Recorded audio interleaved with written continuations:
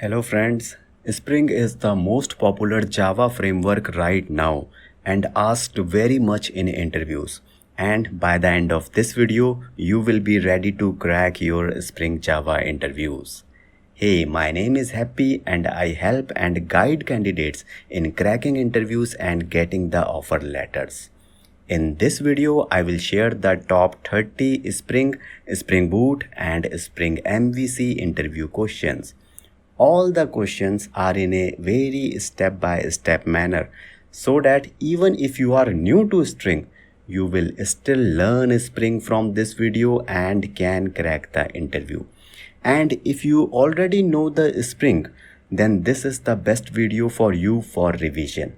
So let's start with the first and very basic question on Spring. Alright, now we will cover all the questions on the most important topic, and that is IOC and dependency injection. All questions are step by step so that even if you are new to dependency injection, you will still understand all these questions and concepts. And even if you know some of the answers already, still revise them at least once, because many times we know only the half information, and that is very dangerous for interviews. So let's start. What is Spring Framework? What are the core features of Spring? See, we all know Java is a programming language, right? Now we can use Java together with Spring Framework to create big enterprise level applications. What is a framework?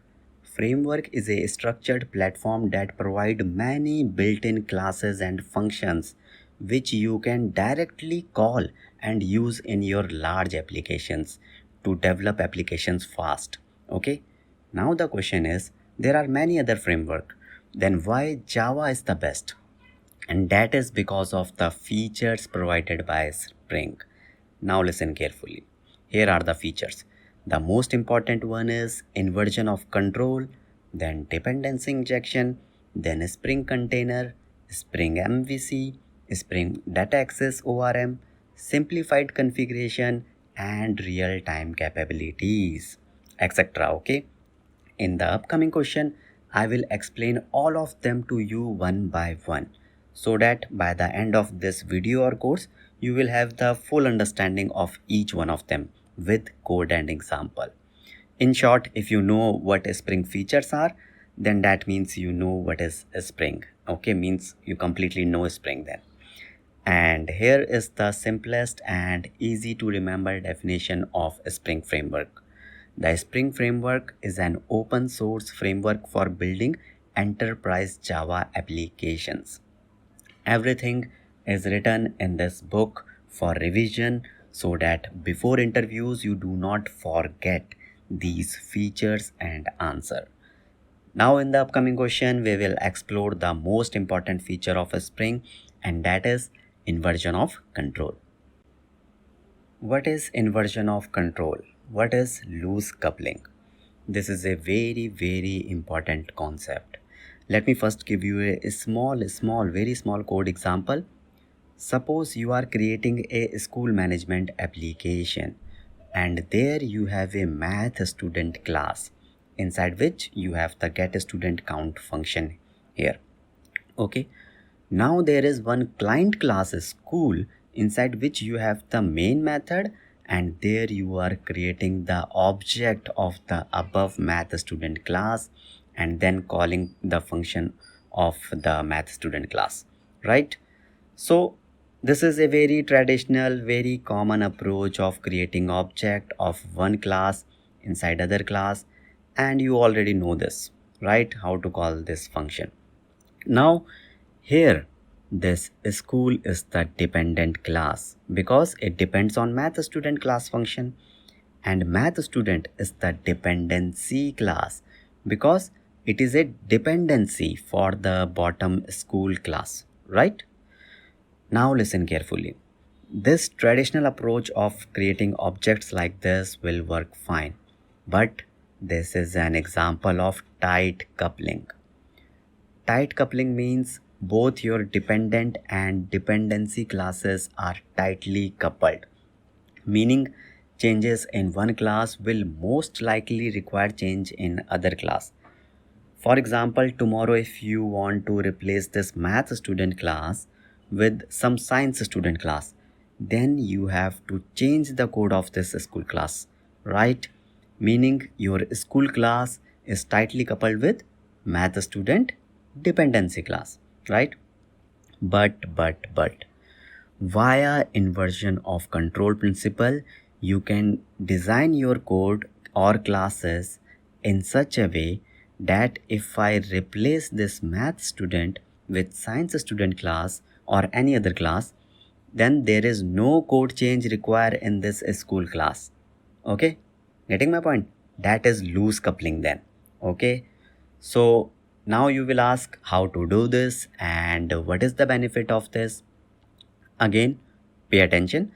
The benefit is, see, now it is only one single school class, so replacing math student class and changing the code here will have little testing impact.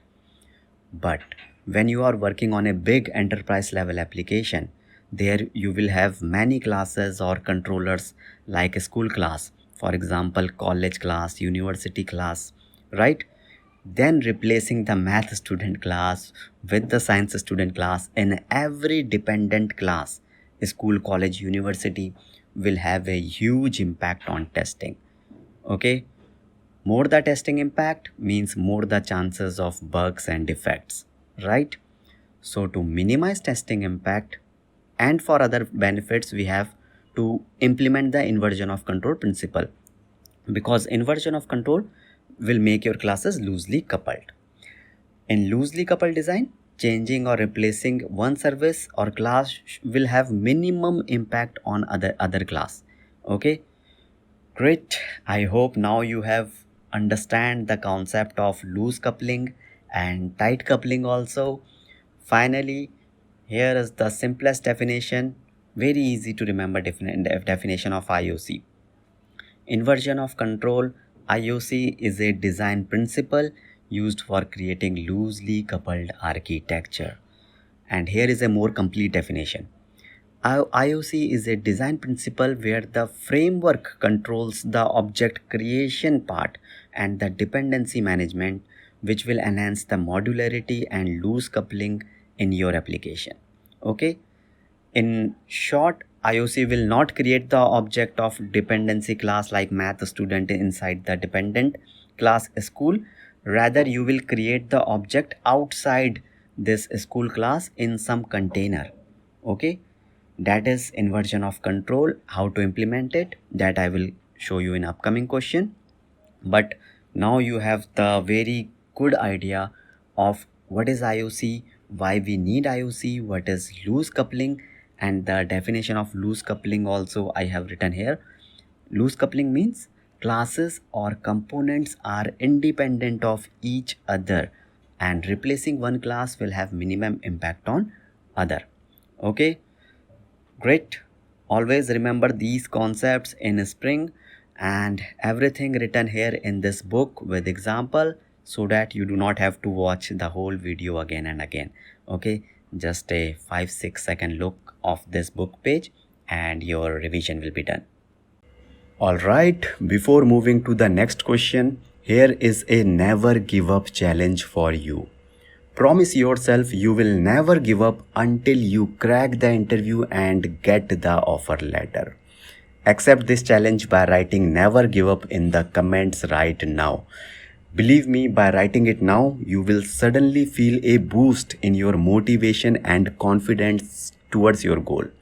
Then after cracking the interview, come back and share your success story in the comments like these stories, and that I will share with other students and others will also get inspired by you. So accept the challenge now by writing never give up. How to achieve IOC? What is the difference between principle and design pattern? Remember, IOC is a principle that suggests that your classes must be loosely coupled and not dependent on each other. For example, see, here is the one dependent class and it is not tightly coupled with all these dependency classes around it. to get any service or function from the dependency class, in this dependent class, we will use the dependency injection like this. So the simple one line answer is, dependency injection is a design pattern that is used to implement the inversion of control principle or to implement loose coupling. So what is the difference between principle and design? Remember, principles are fundamental ideas or ideologies that we should follow in our project. If we go against those principles, it could negatively impact our project. Okay, so example include the IOC principle, solid principle, dry principle. All these are principles. Now one principle can be achieved in various ways and or by the design patterns. So what is design pattern? Design patterns are the specific practical way to implement those principles in your software development process. Okay, the same thing is written here also, and in the upcoming question we will explore and focus on the implementation of dependency injection. What is dependency injection? How to implement it?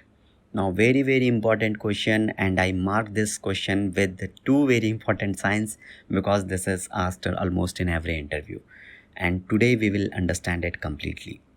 Let me first show you the diagram for the dependency injection implementation. Okay, see, normally the dependent class and dependency class are tightly coupled like this.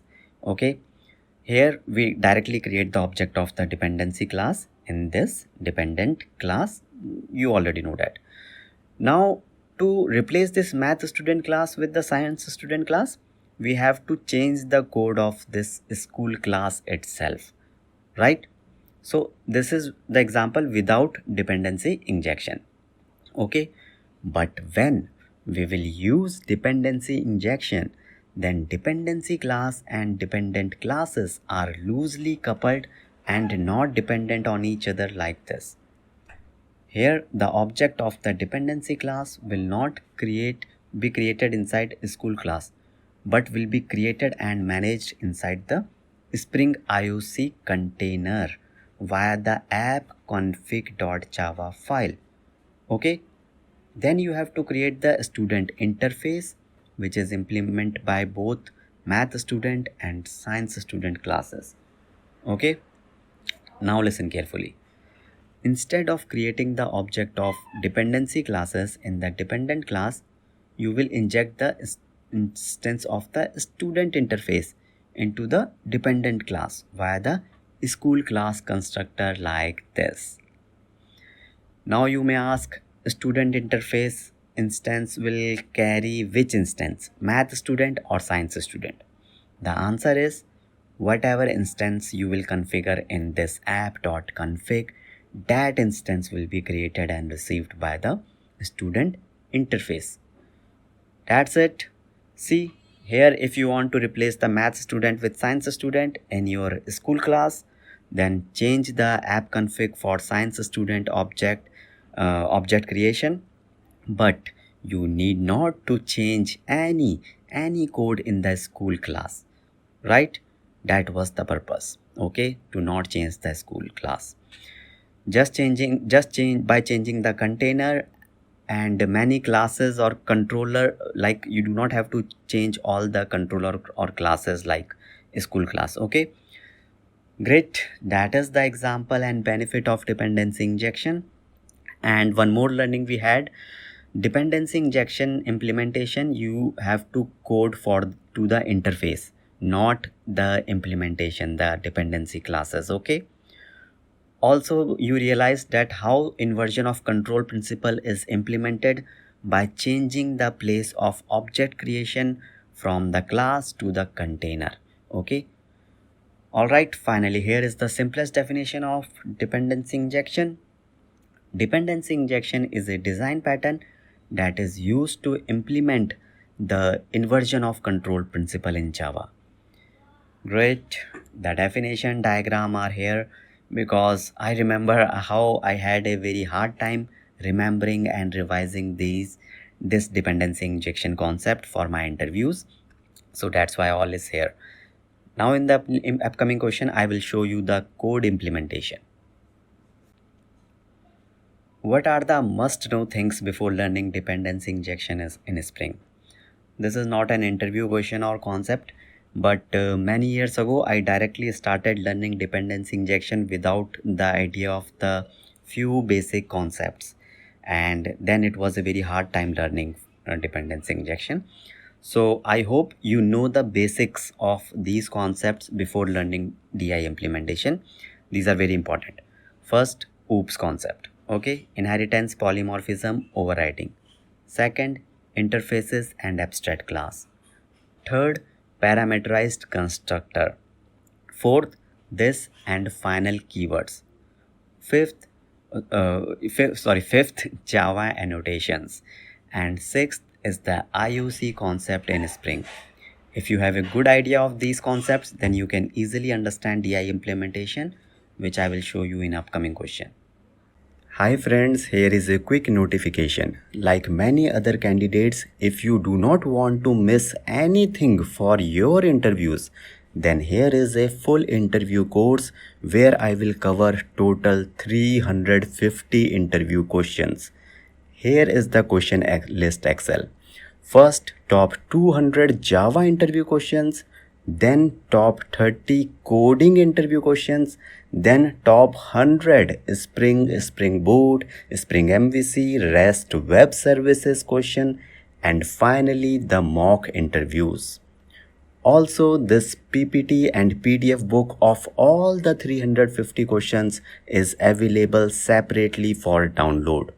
So just like these students who used this course for cracking interviews, you do not miss out.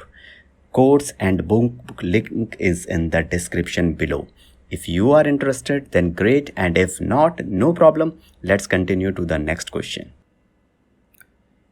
How to implement dependency injection in code using Spring? Here I will implement this example which I explained previously. Now let's understand the code quickly, okay? Here is our school dependent class, and inside this is our main method. Inside this main method, normally we create objects of other classes and use their functions, right? But this time we will use the dependency injection. For that, first we will create one interface student and just declare the method inside like this. Then we will create the dependency class math student and implement the above interface and its method inside it like this. Okay. Later I will explain this component annotation as well. Then we will create another class AppConfig, which is called the configuration class of your Spring framework. Remember this. Now listen carefully the actual flow. First, we will use the annotation config application context, which is also called application context class, and it is provided by the Spring framework, which is used to create the IOC container context object.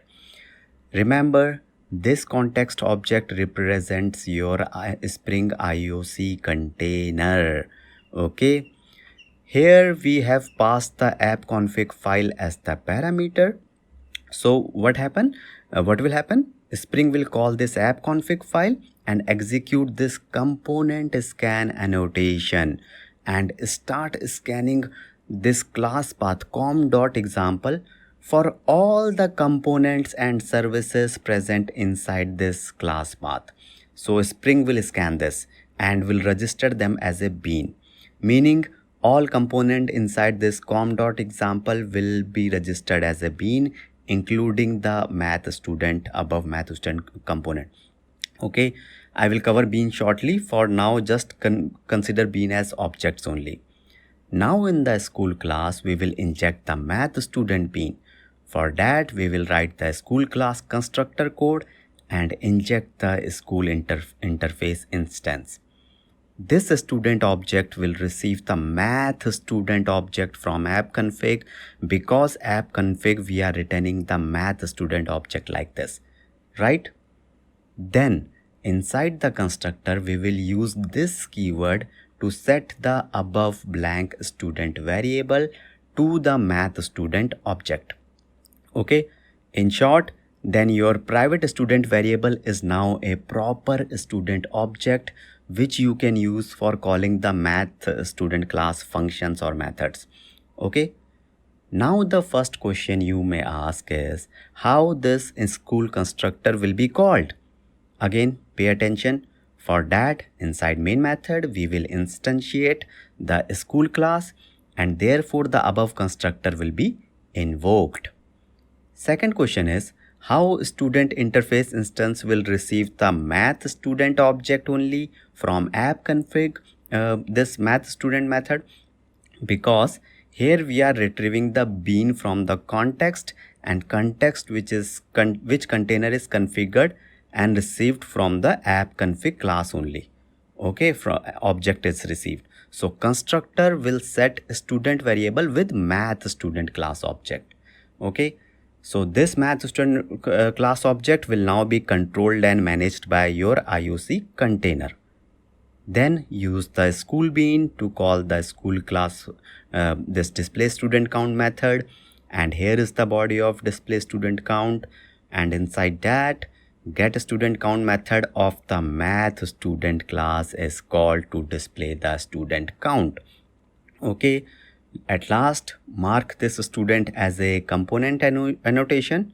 So that's the whole code and the whole story. Okay, now you may ask why we created this display student count. That is because of encapsulation. Otherwise you have to make this student field public and directly access it in the main method.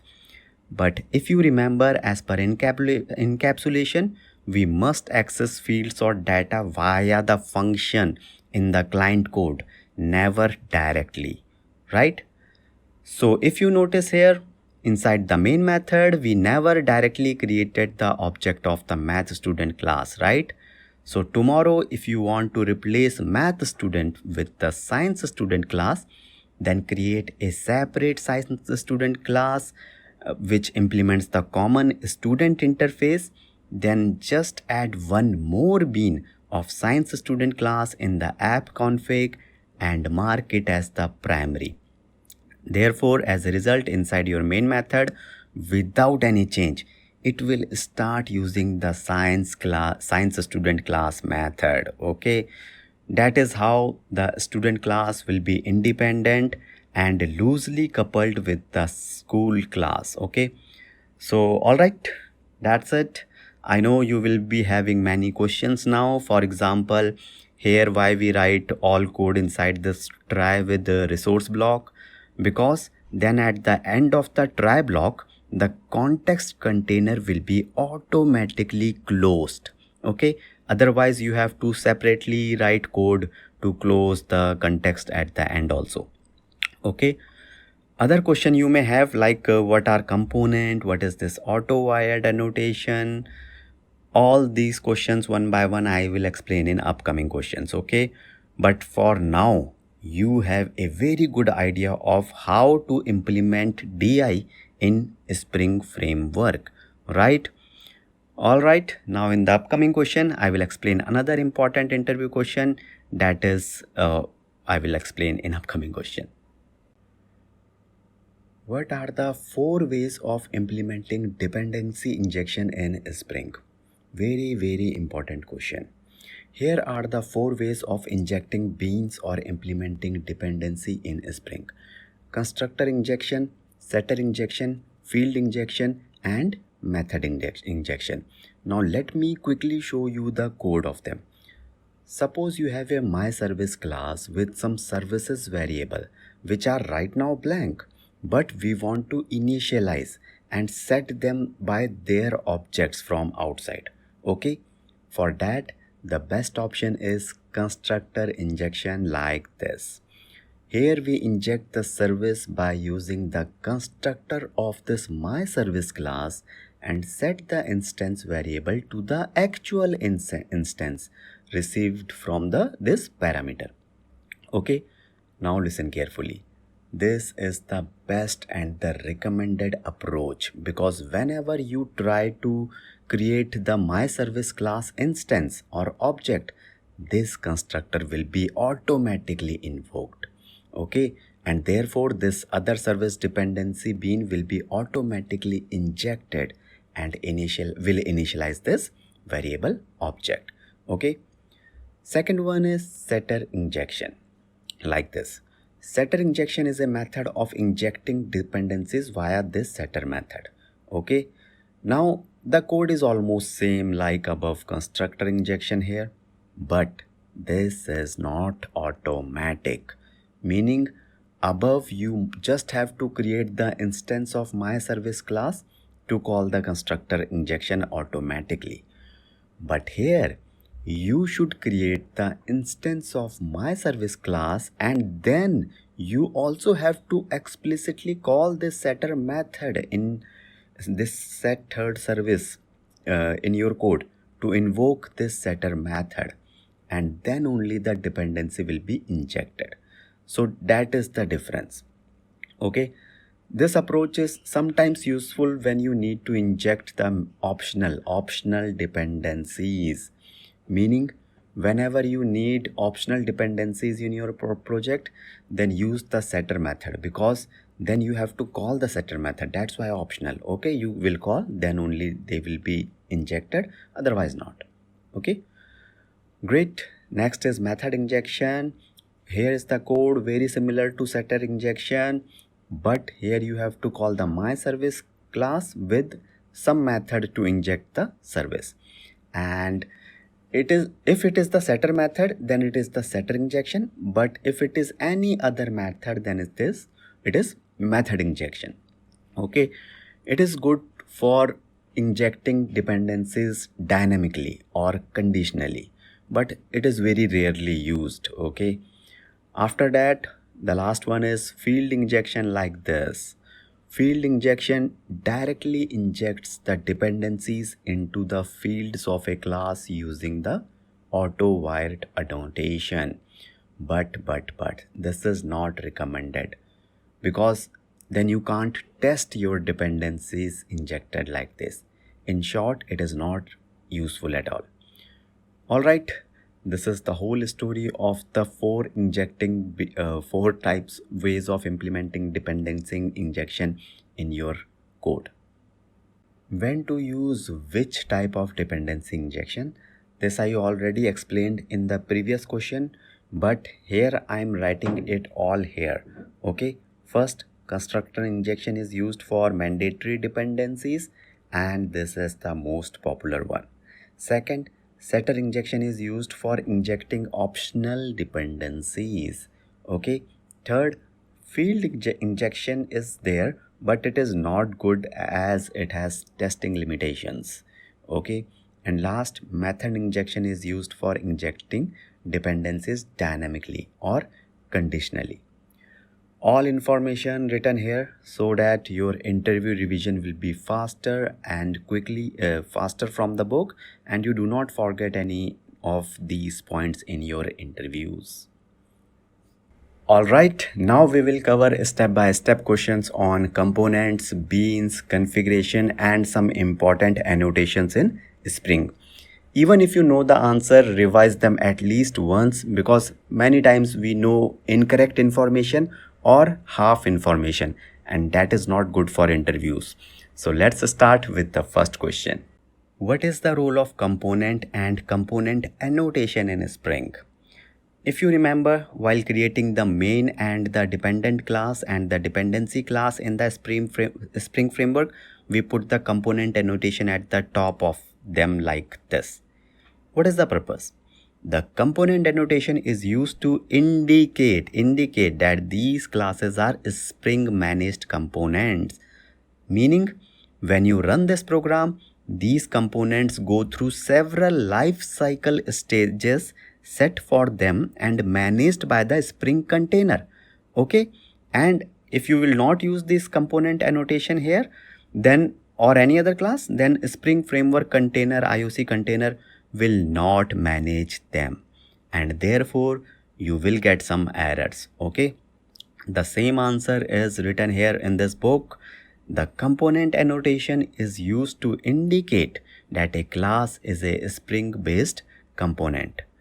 Second, in Spring, a component refers to a class or bean that is managed by the Spring IOC container. Okay. Now you may ask, what is a bean and what is the difference between bean and component?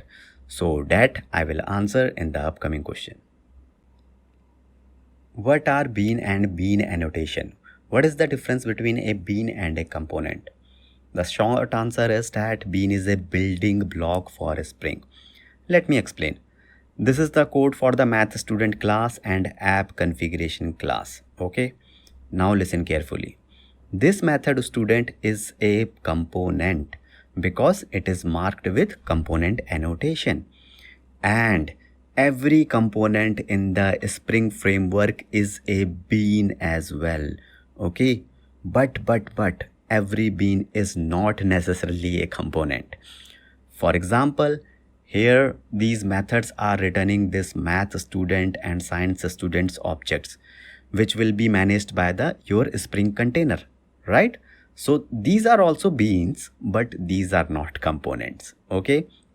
So beans are very much related to objects in Spring. Okay.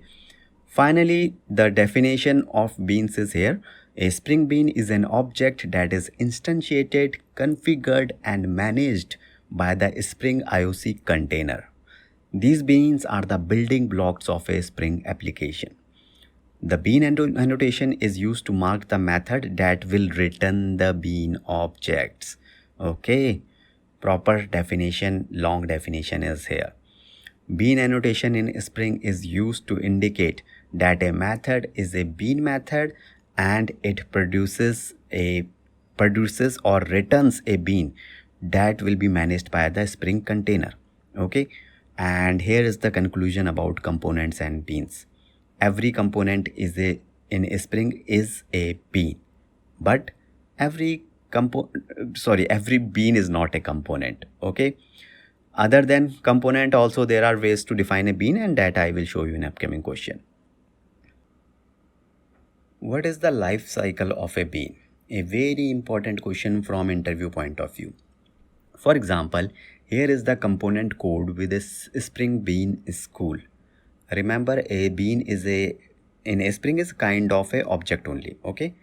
Now let's understand the basic life cycle of a Spring Bean school from this code. First, from here, the Spring container context will be created. Okay. After that, bean life cycle started. In the next line, bean is retrieved from the context. So in this line of code, three things will happen, three life cycle steps. First, school bean is instantiated. Second, student dependency is injected via the constructor. And finally, third step is the bean is ready for use, which means bean is initialized. And the fifth step is bean is used for calling some function as per your requirement. Okay. And as the last step, bean are destroyed automatically when the try resource block is closed. Okay. So that is the simple life cycle of a bean.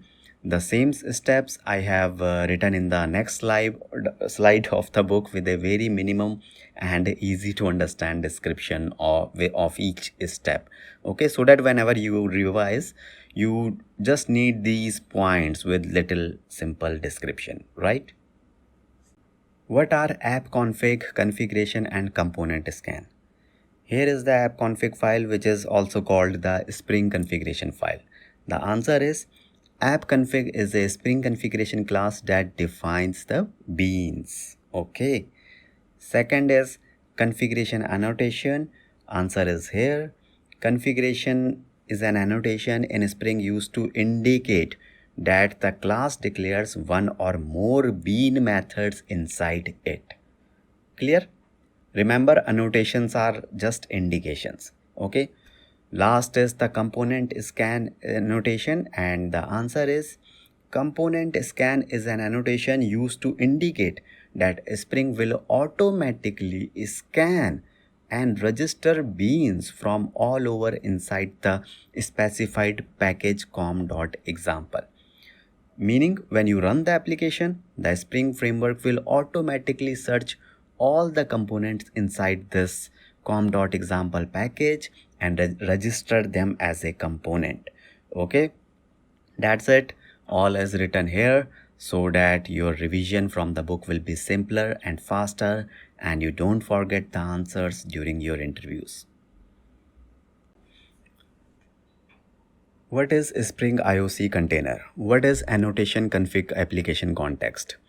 Here is the school class code, and for example here we created the context object from the annotation config application context class. As short form you can call it application context class. What is context here? Here it is. The context is the IOC container, okay, and it is responsible for managing the beans based on the configurations provided in the app-config class file. And what is this annotation config application context class? Very long name it has. So again, annotation config, in short, application context class is the inbuilt class provided by the Spring framework for creating the IOC container. Okay, in short, context. That's it. What is the role of Autowired annotation?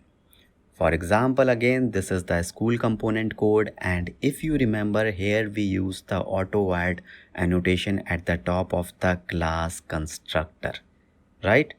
Now suppose we have the same code on the other side, but we have not used this Autowired annotation here.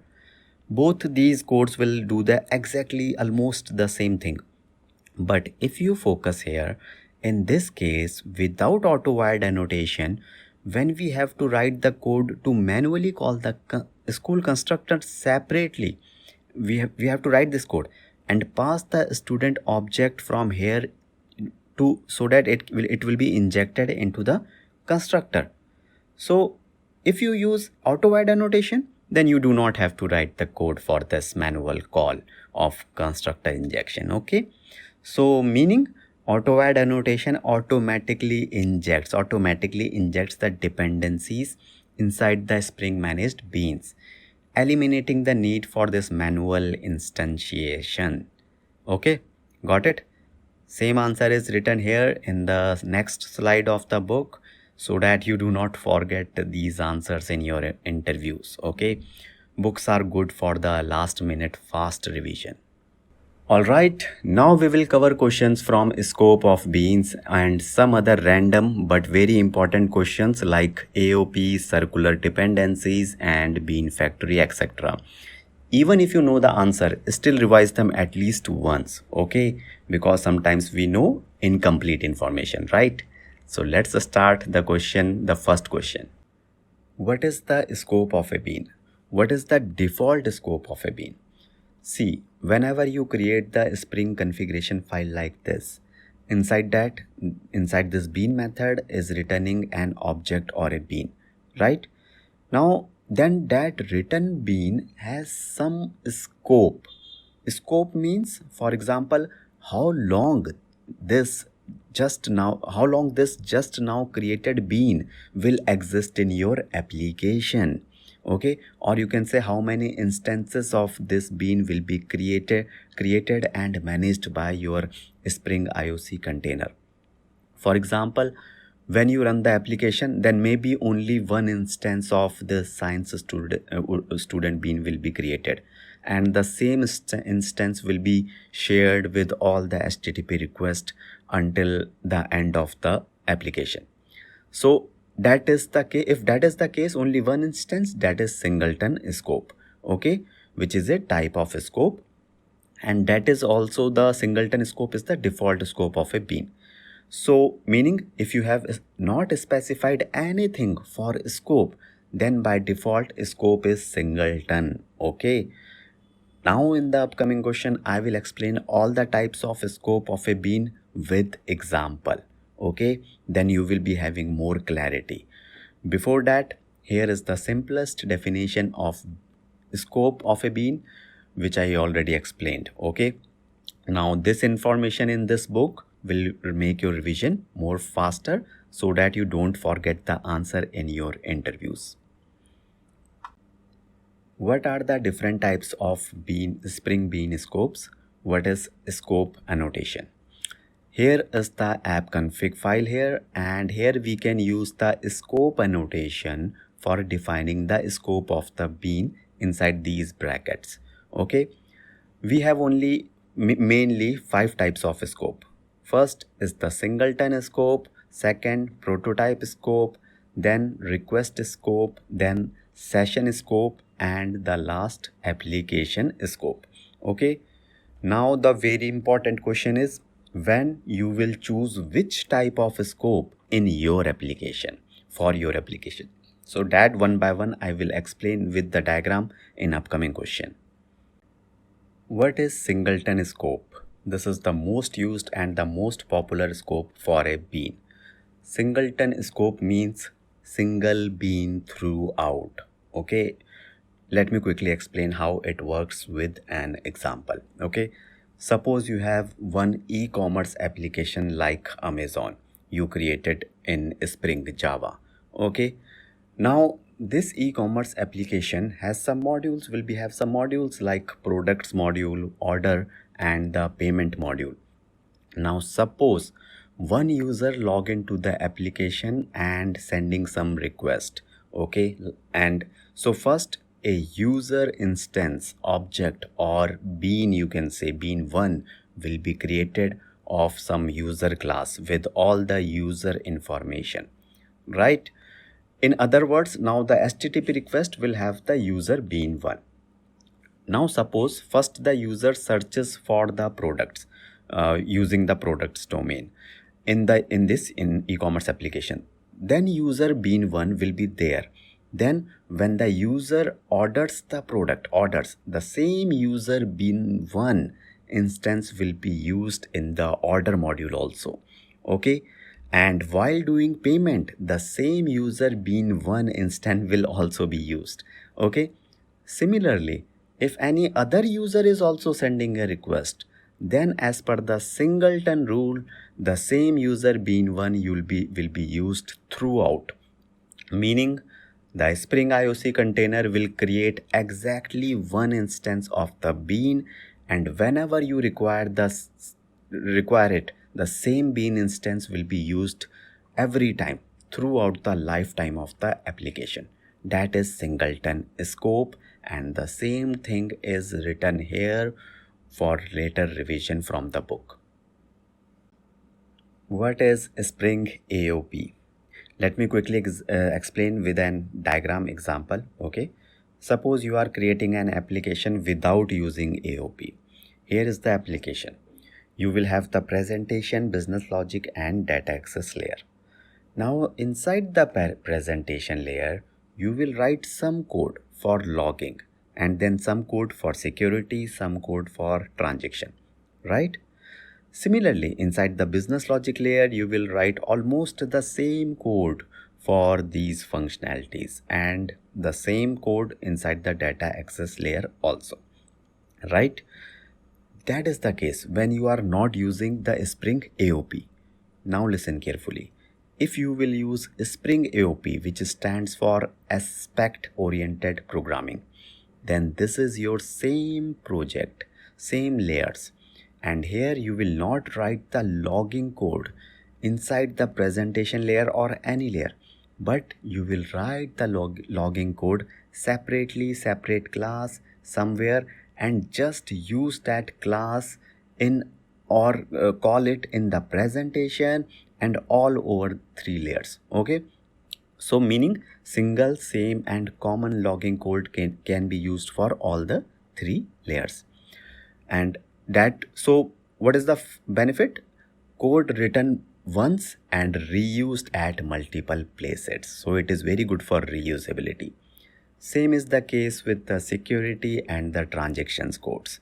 Okay, so these common functionalities like logging, security, and transactions will be then called cross-cutting concerns. Cross-cutting concerns because each functionality like logging is crossing multiple modules of the applications, right? Great. Finally, here is the simplest definition of Spring AOP. Spring AOP, which stands for Expect Oriented Programming, allows you to separate the cross-cutting concerns code from your business logic of your application. Okay, separate code will be there. Alright, this definition and diagram in the book can help you in the interviews, and you will not forget this answer for your whole life. What are circular dependencies? How does Spring handle it? First of all, what is circular dependency? Here is a diagram. See, if in your application, if you have two services or classes like service A and service B. Now suppose service A depends on service B. That means you will inject service B into service A, right? But then, due to some requirement or something, you also want that service B also depends on service A or class A, you can say. So this is circular dependency. Okay, here you will use constructor injection, for example, in your service A to inject the service B, and then you will use constructor injection in service B class to inject service A. So if you will do that, you will get the error that being currently some creation exception error, that some error. Okay, but because then Spring cannot resolve the dependencies, because both class A and class B require each other to be instantiated at the same time, which can't be done at the same time as I said.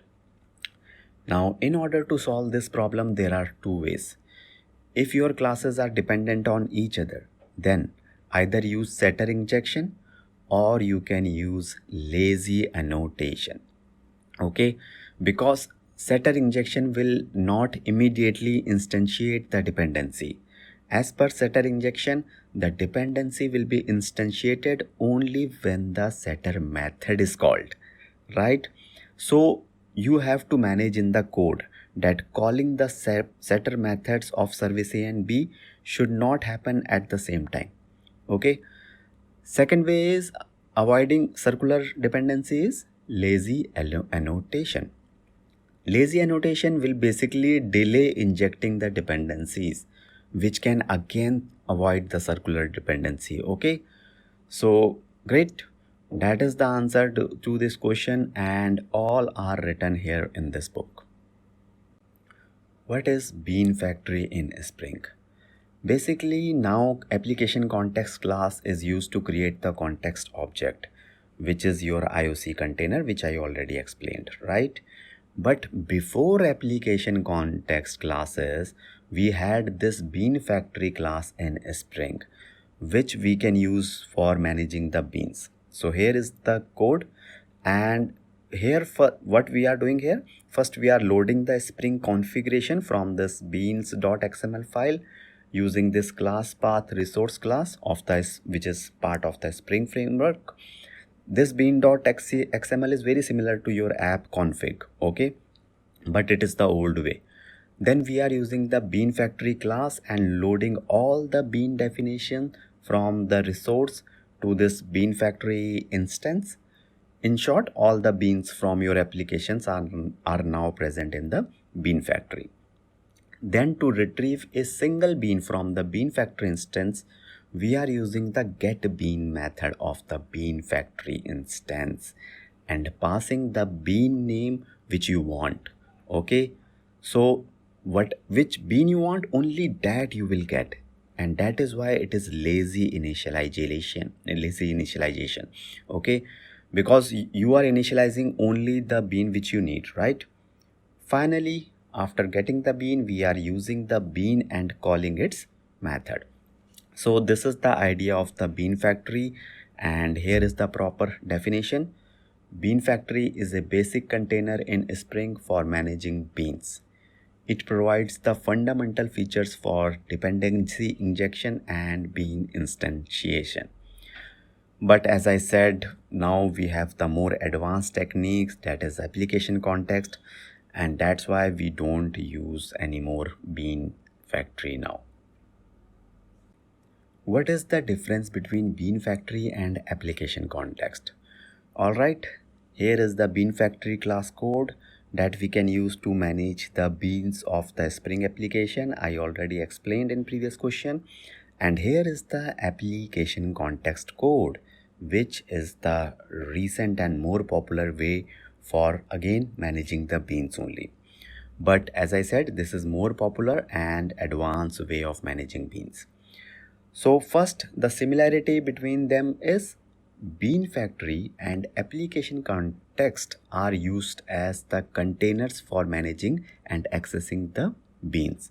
Okay, but if you focus on this diagram, ApplicationContext will cover all the BeanFactory features and will provide some more features over it. Okay, so let's check out the differences between them one by one. So the first difference between them is BeanFactory does lazy initializations of beans. Okay, meaning beans are created only when they are requested. All right, whichever bean you need, only that you can get. Whereas ApplicationContext involves the early initialization of beans, meaning all singleton beans are created as soon as the context is started. All okay. Second difference is BeanFactory has limited support for other classes, whereas ApplicationContext has full support for message resources, transaction management, and many more classes. Okay, so that is one advantage of ApplicationContext also. Third difference is that minimum integration is possible with BeanFactory, but ApplicationContext can also integrate Spring's AOP and many other features. Integration too much is possible. Okay. Next advantage is, and the difference is, BeanFactory supports simple resource loading from the class path. Okay, there is only I think one way. But ApplicationContext has a very good mechanism for loading resources from any kind of resource. Like you can use class path, file system, URL, okay, as per your requirement, project requirement. And the last difference is BeanFactory is suitable for small application with limited choices, whereas ApplicationContext is preferred for enterprise and big applications. Okay, great. So these are the difference. As you can see, the advantages of the applications are also here over the BeanFactory, all written here in this book, so that while revising you do not have to watch the whole video again. Just a look at this, have a look at this page, and that is enough. Alright, now we will cover the questions from Spring Boot and Spring MVC chapter. Even if you are new to Spring Boot or MVC, still you will be able to understand all these questions because all are arranged in a step-by-step learning sequence. Okay, and if you already know some of them, then just sit back and revise. Also friends, for revision purpose, either you can take the questions screenshots from this video, or you can download this complete book of 350 questions including Java, coding, Spring, REST web services from the link given in the description. So let's start with the first question. What is Spring Boot? How does it differ from the traditional Spring framework? We have the Spring framework with us to create the enterprise level Java applications, right? In addition to the Spring framework features, if you add some more features like embedded servers, auto configuration, and starter templates, then together that is equivalent to the Spring Boot framework. Okay, I will explain these additional features in upcoming questions. For example, if Spring Boot framework is a normal car for going from point 1A to B, then if you add features like automatic gears, powerful engine, and performance tires, then it will be a super high speed car that will take less time going from point A to B. Okay, so now you know the purpose of Spring Boot framework. It is for to develop the applications faster. Okay, finally here is the simplest definition of Spring Boot framework. Spring Boot is an open source framework that is built on the top of a Spring framework. Another longer definition is also here. Spring Boot allows developers to quickly create standalone, production ready Spring applications with minimum setup and configuration. Both these definitions are valid and written here in this book so that you do not forget the answer before your interviews. Now let's explore all these Spring Boot features in upcoming questions. Here is a very short but very important question. How does Spring Boot provide auto configuration? You already know the answer. This is just a reverse question. The answer is via Spring Boot starters like this. And the answer is written here also. Spring Boot provide auto configuration by automatically configuring a Spring application based on the dependency, whichever you add here in the class path. Okay, so that will basically reduce the need of manual configuration. Okay, which will allow the developers to focus more time on writing the business logic rather focusing on the configuration related things, right? That's it. What is the role of the Spring Boot application annotation? Another very important annotation in your Spring Boot application.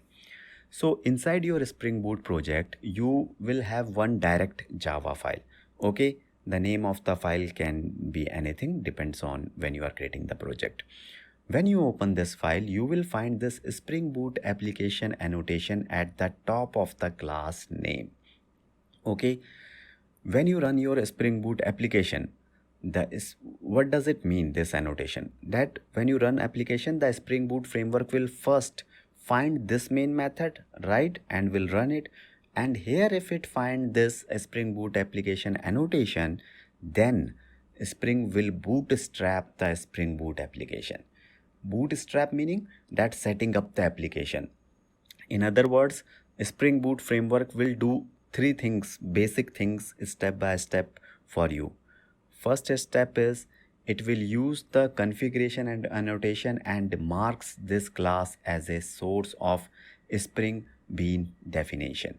Okay, then second, I have written all here. Okay, second step is it will use the component scan annotation and scan this package com.example.demo to find all the Spring components. Okay, last step is Spring Boot application annotation will use the enable auto configuration annotation and automatically configure all the Spring components which are scanned previously in the step 2.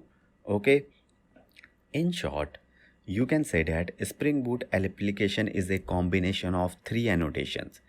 So either you just use this Spring Boot application annotation alone, or you can remove this and you can add all these three annotation here at the top: configuration, component scan, and enable auto configuration. So that is also the same thing. But yes, of course, writing single lines Spring Boot application is more convenient, right? And if you will not do it, then you have to manually configure your beans and lot of things, auto configuration, which you don't want to do basically.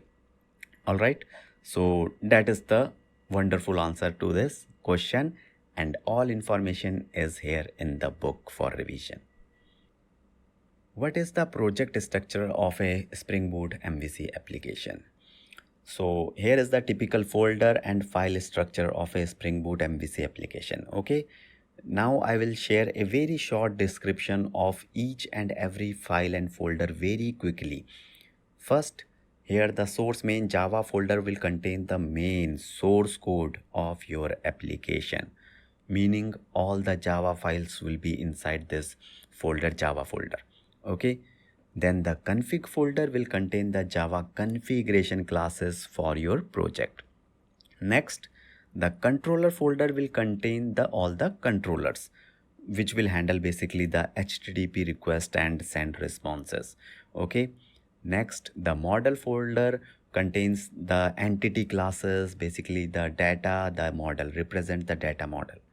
Then repository folder will contain the repository interfaces which are used to interact with the databases. Next, service folder will contain the service classes which contains the business logic. And finally, directly inside the Java folder, we will have this application file. Okay, name can be anything, demo application, Spring Boot application, etc. Okay. Now, remember, this main class is the entry point of the Spring Boot application. So this is the first file which will be executed. Okay. Now, great. These are the Java files. After that, inside the source folder, we will have the resource folder where we will have non-Java files and folders. First, this will contain the static resources, templates, and configuration files. First is the static folder, which is used for static classes, files like CSS, JavaScript, and images of your application. These files are served directly by the web server. Then template folder will contain the templates like free marker, which are used for server-side rendering of web pages. Okay. Then finally, we have application.properties and application.yaml, the configuration files for the application. Now, as I said, some are MVC related files, which I will definitely explain again in upcoming question. But here I just wanted to give you the idea of in one line. Okay, so that everything should be at one place in this book, which will be then easy to revise. Okay, if you already know that. All right, so that's the answer to this question. What is Spring MVC? Explain the architecture of Spring MVC. So Spring MVC is a very popular architecture for creating and building web applications. Let me explain with the help of a diagram.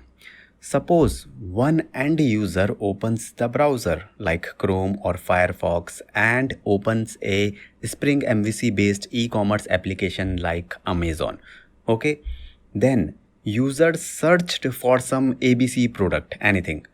Now the request will be sent to the server where Spring based application is hosted. And first the request will hit the dispatcher servlet of the Spring MVC application. Okay. Then dispatch servlet will check the URL of the request, and based on the URL, it will forward the request to the appropriate controller. Okay, for example, if the user is searching for a product, the request will be redirected to the product controller. Okay, and if the user is making any payment, then request will be redirected to payment controller. Okay, like this. Now controllers only in Spring MVC are responsible for handling user requests and returning the appropriate responses. For example, to search products, the controller will pass the request to the appropriate get product list service. Remember. Okay. So in case of a single product, the controller will pass the request to another product detail service. So there are different kind of services also which will having your business logic inside it. Okay, meaning the logic, the algorithms, the functionality of your application. Now, if product detail are in the database, the product details data, then the service layer will send the request to the repository class. Okay, because repository classes are mainly responsible for interacting with the database, meaning all the database operation code is written in the repository classes. Okay, then you will get the products from the database, then pass back to them to the services pass back to them controllers. So that's the process. Now listen carefully. Then controllers will prepare the models. Okay, when they will get the data, they will prepare the models from that and pass that data to the view, and that data is model. Okay, for example, like entity, DTO, all these are models like similar to. Then view will render the HTML, or you can say it will convert your data to the HTML format. That HTML will finally be sent back as a response to the dispatcher servlet and then to the user browser. Okay, so that is the architecture of the Spring MVC application. I hope now you have a good high level idea. But if you missed or don't understand anything, then don't worry. In the upcoming question, we will cover dispatcher, servlet, controller, model, all separately. Okay. Before that, here is the simplest and easy to remember definition of a Spring MVC. Spring MVC is a module within the Spring framework that simplifies web application development by using the MVC pattern. Okay, this diagram and definition can help you in your revision from the book so that you do not forget the answer in your interviews at last minute. What is the role of the dispatcher servlet in your Spring MVC application? I already explained the MVC architecture. Now here is what dispatcher servlet is, and as you can see, dispatcher servlet acts as also called front controller. Front controller meaning it receives the request before the actual controllers of the application. That's why it is called front controller.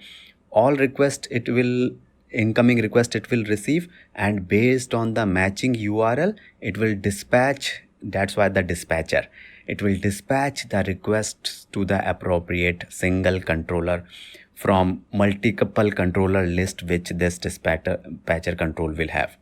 Okay, so same thing is written here in this book, the definition. Now earlier in the Spring framework, we manually write code to configure the dispatcher servlet. But from Spring Boot framework, because of the auto configuration feature, Spring Boot automatically set up this dispatcher servlet. So we do not write any code, or we do not actually manually configure it. So that's why we do not bother about it. So, but let me quickly show you the code of the dispatcher servlet, and it is something like this. Here you can see we have the abstract annotation config dispatcher servlet initializer class to configure the dispatcher servlet. Earlier, we also used the web XML configuration for configuring the dispatcher servlet also. Okay, but this is Java based configuration, and that is more better rather than web.xml. Okay. Now I am not going to too much detail because you do not have to bother about this code. Spring Boot will take care of it automatically. Okay, this is just for your information. So that's the answer of this question, and something also written here about the code. Not so important, but yes, we have some information. What is the difference between controller and REST controller annotation? Very simple, but comparison and differences questions are very important for interviews. That's why I have mentioned this question. Okay, here is the controller code using the controller annotation. The answer is also here. Controller is a general purpose annotation used to define a controller that handles web requests. Okay, it is typically used in web applications where the response can be HTML, JSP, or any other type of views. Okay, generally to return the views, normal controllers, we use this controller annotation. Okay, now whereas if you see the code of this REST controller annotation, that is used to return the JSON or XML file or plain text, but not views. Okay, so basically it is used to create the RESTful web services. Okay, you can also say that REST controller is a written here specialized version of the controller annotation, which is used to create RESTful web services where the response is typically in JSON or XML format. Okay, everything is written here. So REST controller is a specialized type of controller annotation only. Okay, but only for the REST web services. That's why name is also REST controller. Okay, So it will not return the views. Again, very important thing. So that is the answer to this question that is written in the book here. What is the difference between the request param and path variable? Very important question. See, the similarity is both these two annotations are used to extract the data from the URL. Okay, for example, here is the code. Suppose this is the request URL example with query parameter name. Now, if you want to extract the name query parameter value, you can use the request param annotation like this. This will get the value for the name parameter, which is John. Another way to extract the value from the request URL path is to use path variable like this.